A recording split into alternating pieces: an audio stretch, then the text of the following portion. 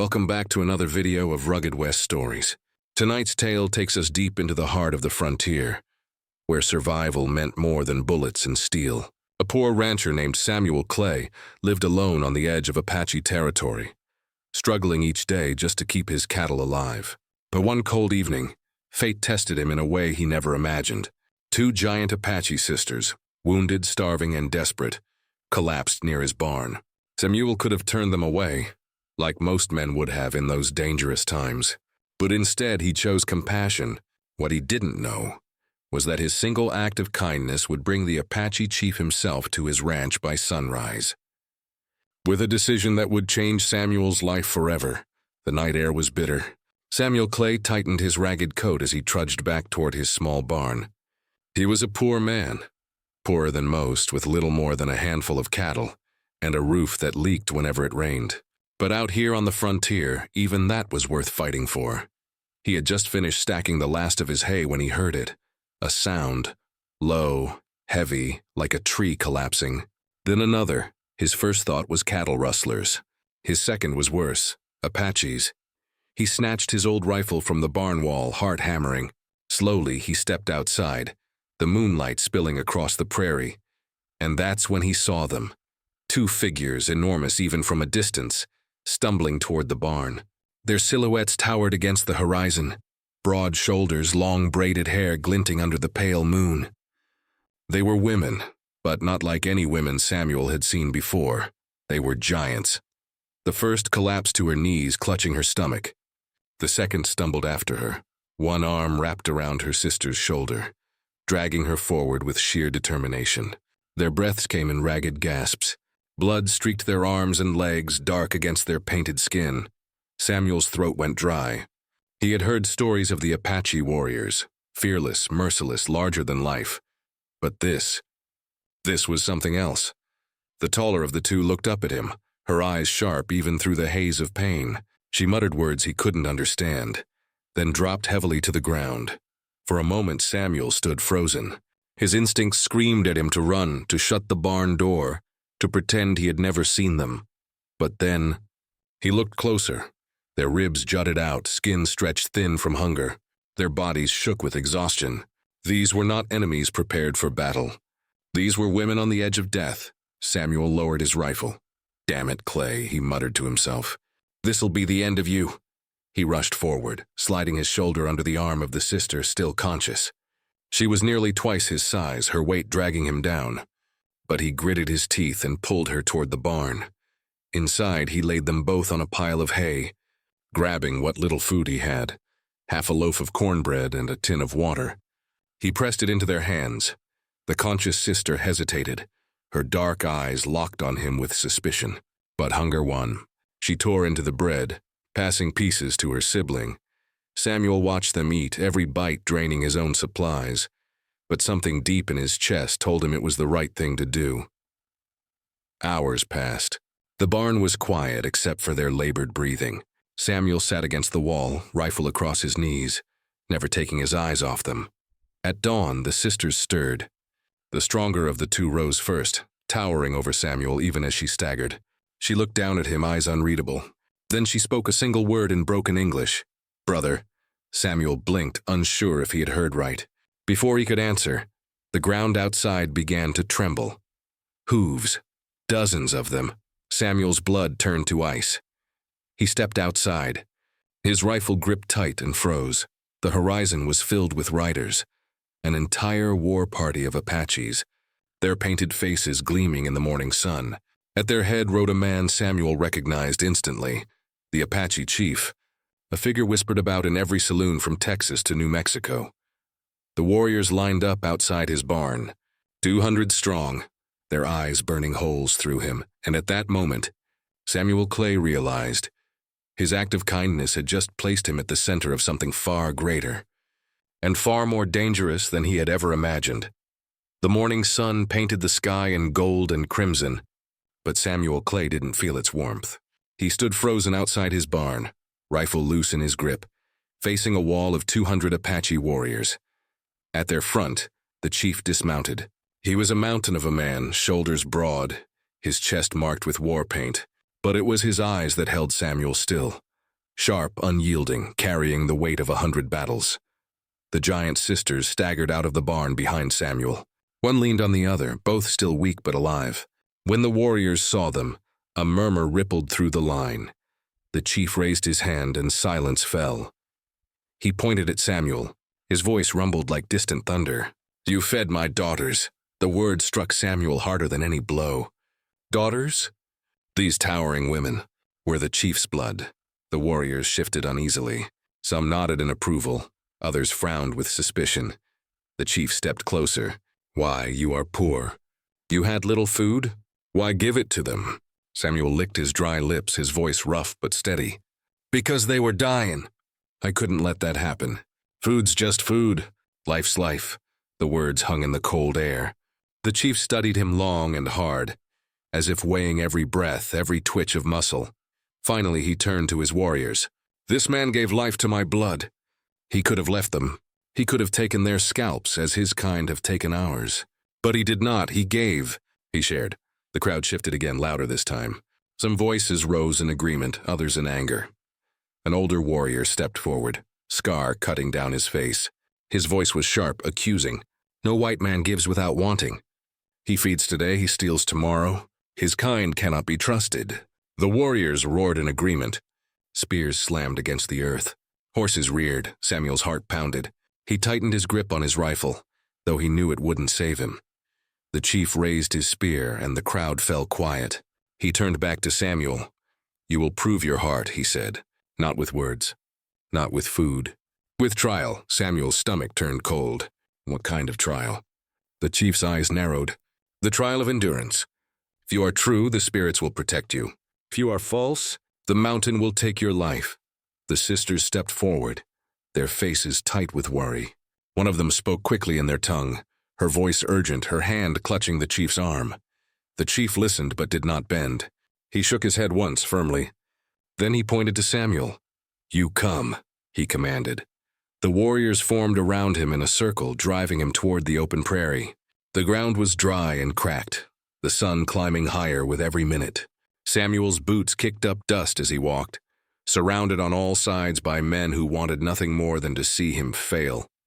At the center of the circle, the chief raised his spear high. "The endurance trial begins at the sun's rise," he declared. "He will run until it sets. No water, no rest, only the earth beneath his feet. If he falls, his body belongs to the vultures. If he stands, he will be judged worthy." A heavy silence fell. Samuel's throat was dry as sand. He was no runner. He was a rancher, worn down by years of labor and hunger. Running from sunup to sundown would kill him. But he saw the sisters' eyes, pleading, desperate, as if their lives depended on his. Maybe they did. The chief lowered his spear. "Run!" Samuel's boots struck the earth. Dust rose around him. The warriors followed at a distance on horseback, their chants rising with the rhythm of his pounding steps. At first, he kept pace. His legs burned, his chest heaved, but he forced himself onward. Memories flashed. His mother's voice, the ranch he had nearly lost, the hunger that had carved lines in his face. He had survived worse.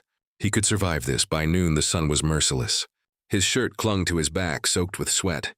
His lips cracked, his throat screaming for water. Every breath was fire. The warriors shouted at him, some mocking, some urging him on. They wanted to see if he would break. The sisters rode close, their faces tight with worry. One reached down from her horse, trying to hand him a skin of water. But the chief barked a command, and she pulled back, shame in her eyes. Samuel stumbled, nearly falling. The ground spun beneath him. He thought of stopping, of letting it end here. But then he remembered the chief's words. "You fed my daughters. If he failed, they would pay the price too." He clenched his fists, gritted his teeth, and forced his legs to move. Step after step, mile after mile, the sun sank lower. The horizon bled red. At last, as the sky darkened, Samuel collapsed to his knees. His chest heaved, his vision blurred. He waited for death to claim him, but he was still breathing, still alive. The warriors surrounded him, their chants now rising in awe, not mockery. The chief dismounted, standing over him. His face was unreadable. Then slowly he nodded. "You endure," he said. "The spirits have seen your strength. You are not just poor rancher. You are brother. The warriors roared their approval, the sound shaking the earth. But then the scarred warrior stepped forward again, fury in his eyes. "This is a trick," he spat. "No white man is brother to us. If the spirits are blind, then I will see with my own eyes." He drew his blade and stepped toward Samuel. The circle of warriors grew tense as the scarred Apache stepped forward, his knife gleaming in the firelight. Samuel Clay lay on the ground, body trembling from exhaustion, chest heaving like a bellows. He had endured the trial. He had proven himself. But now it meant nothing. The scarred warrior's voice was sharp, cutting through the silence. "No white man can be brother to us. He lies with his face and lies with his heart. If the spirits are blind, then I will see with my own eyes." The crowd shifted. Some nodded in agreement, others looked uneasy. The sisters gasped, moving as if to step forward. But the chief raised his hand, halting them. His eyes stayed fixed on Samuel, unreadable. The scarred warrior loomed over Samuel, knife raised high. His shadow fell across Samuel's broken body. Samuel's fingers twitched toward the rifle that lay in the dust nearby. But even if he reached it, even if he fired, 200 warriors would strike him down before he drew his next breath. So he did nothing. He met the scarred warrior's eyes and waited. The knife came down and stopped, inches from Samuel's throat. The warrior's hand trembled. His teeth clenched. Fury burned in his eyes. But something in Samuel's steady gaze, something in the way this poor rancher refused to beg, gave him pause. Samuel's voice rasped, dry and hoarse but steady. "If you mean to kill me, then do it. But don't call me a liar. I gave food because I had it. I endured because I had to. I didn't come here to trick your people. I came here because 2 women were dying." The silence stretched. The scarred man's knife hovered, quivering. Then with a snarl he pulled back. He spat in the dust beside Samuel's head. "The spirits are fools. And so is our chief." Gasps rippled through the circle. No man insulted the chief so openly. The chief's jaw tightened. He stepped forward, his shadow falling over both men. His voice was calm, but it carried the weight of iron. "You speak against me before my warriors?" The scarred man lifted his chin. "I speak truth. This man is not brother. He is danger. You will see it as I have." The chief's gaze hardened. He raised his spear and pointed it at the scarred man. "Then you will face him, tomorrow, at dawn." Trial of blood, the crowd erupted in roars and chants. Some cheered for the scarred warrior, others for the stranger who had already endured more than most men could. Samuel's heart sank. Trial of blood. He didn't need anyone to explain it. He knew what it meant. Combat. To the death. That night, Samuel lay inside the barn again, his body aching, his mind racing. The sisters knelt beside him, one dabbing his forehead with a damp cloth, the other pressing a strip of meat into his hands. "You saved us," the taller one said, her English broken but clear. "Now we must save you." Samuel shook his head. "Don't. If you cross your people, they'll pay the price, not me." The shorter sister frowned, her eyes fierce. "He hates you, scarred one. He will not stop. Even if you live tomorrow, he will come again. You must fight." Samuel let out a bitter laugh. "Fight? Look at me. I can barely stand, let alone take on a man half my age and twice my strength." The taller sister leaned close, her voice low, urgent. "Then fight with spirit, not with body. My father tests you. If you stand true, he will see. If you fall with honor, he will know." "That is what matters." Samuel closed his eyes. He didn't want honor. He wanted to live. But deep down he knew. Out here on the frontier, sometimes the two were the same thing. The dawn came cold and cruel. The warriors gathered in a great circle once more, their chants echoing across the plains. The chief stood at the center, his face like stone. Samuel limped forward, his rifle left behind. He had only his hands, his wits, and whatever strength remained in his battered body. The scarred warrior stepped into the circle opposite him, knife gleaming in his hand, his lips curled in a savage grin. "This ends today," the man growled. "No tricks, no spirits, only blood." The chief raised his hand. "Trial of blood. Fight until one falls. If death comes, it comes with honor." The crowd roared. The scarred warrior lunged first, blade flashing. Samuel stumbled back, barely dodging the strike. His body screamed with pain, but instinct drove him.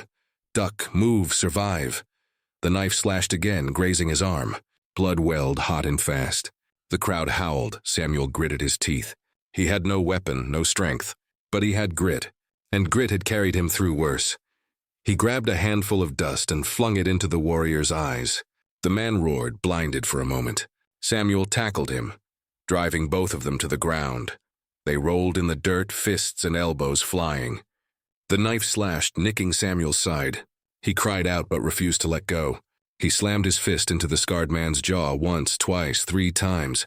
The crowd screamed, half in rage, half in awe.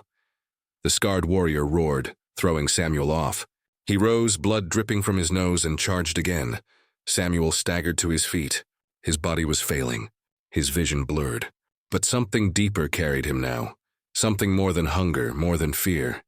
The memory of the sisters' faces, their trust, their belief. The warrior lunged one last time, knife raised high. Samuel twisted, grabbed his wrist, and with all the strength he had left, drove his forehead into the man's face. The crack of bone echoed. The knife dropped to the dust. Both men fell. For a heartbeat, silence reigned. Then Samuel, bleeding and broken, dragged himself to his knees. The scarred warrior lay unconscious in the dirt. The chief stepped forward, his eyes burning with fire. He raised his spear high. "This man is no enemy," he thundered. "He is no liar. He is brother." The warriors erupted, their chants shaking the earth. But beneath the cheers, Samuel saw something else. The scarred warrior's eyes fluttered open. His lips twisted into a smile, not of defeat but of promise. This fight was not over. The chants of 200 warriors thundered across the prairie, echoing like drums of war. Samuel Clay swayed on his feet, bleeding, bruised but alive. He had survived the trial of blood. Against all odds, he had defeated the scarred warrior. But even as the crowd roared, Samuel's eyes found the scarred man on the ground. His lips curled in a whisper of venom. "Tonight, you die." A chill ran through Samuel. He had fought with everything he had, yet this wasn't over. The chief raised his spear, silencing the warriors. His voice rolled across the circle, steady as stone. This man, this poor rancher, endured the sun, the dust, and the pain. He faced trial of blood and did not break. The spirits have spoken. He is brother. The sisters stepped forward, their faces shining with pride. One placed her hand on Samuel's shoulder, whispering, "You live now. You are safe." But Samuel wasn't sure. The scarred warrior staggered to his knees, blood dripping from his nose and mouth. His voice was hoarse but filled with fury. "Brother?" "He is no brother. He is curse. He brings danger to us all." A ripple spread through the warriors, some agreeing, some shaking their heads. The chief's eyes narrowed. He looked from the scarred warrior to his daughters and finally to Samuel. His silence weighed heavier than any shout. Then slowly he spoke. "There will be no more trials. No more blood. The decision is mine." The crowd hushed. Every warrior leaned forward. Even the wind seemed to still. The chief turned to Samuel. "You gave food when you had little. You endured when you could not. You fought when death stood before you. The spirits have shown me truth." He paused. His gaze hardened. "But you cannot stay." Samuel's chest tightened. He thought he'd misheard. "What?" The chief's voice carried like thunder. "If you remain, my people will tear apart. Half call you brother, half call you curse. Blood will spill. Families will divide. We will not survive." The words cut deeper than any blade. Samuel had proven himself, risked everything, and still he was being cast out. The sisters cried out, stepping forward, but the chief raised his hand. "You are my blood," he told them, "and you are his savior. But even for you, the laws of balance cannot be broken. If he stays, war comes. If he leaves, peace remains." Samuel felt the weight of the stairs. Hundreds of eyes bore into him, judging, questioning, hating, admiring. He had become the center of their world without ever asking for it. The chief walked closer, standing tall over him. Then to Samuel's shock, the man extended his hand. "You will leave here alive. You will carry no mark of enemy. You will not be hunted.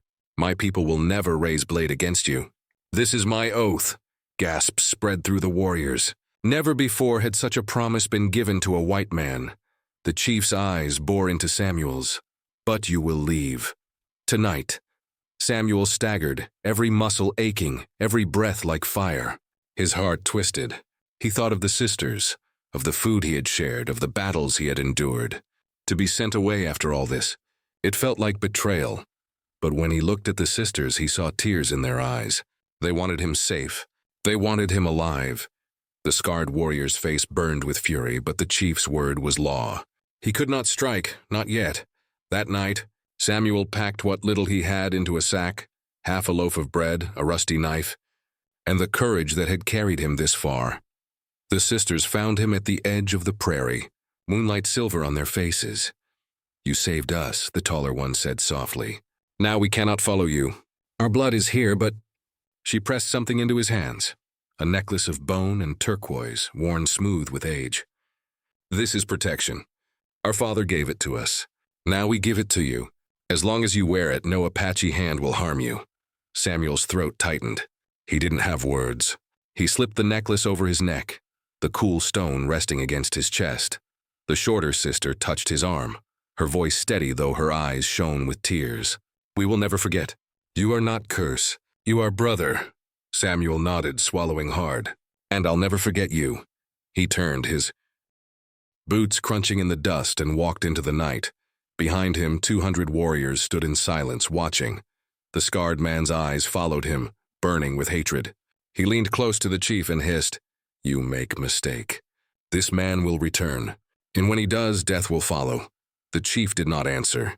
He only stared into the darkness where Samuel had vanished. Days later, Samuel stood alone on the edge of his small ranch. The necklace still hung heavy around his neck. His cattle grazed quietly, the wind whispering across the plains. He should have felt safe. He should have felt free. But he didn't, because deep down he knew this story wasn't over. The scarred warrior's words haunted him. "Tonight, you die." And somewhere beyond the horizon in the land of the Apaches, a man with a scar was waiting for the day when Samuel Clay would return.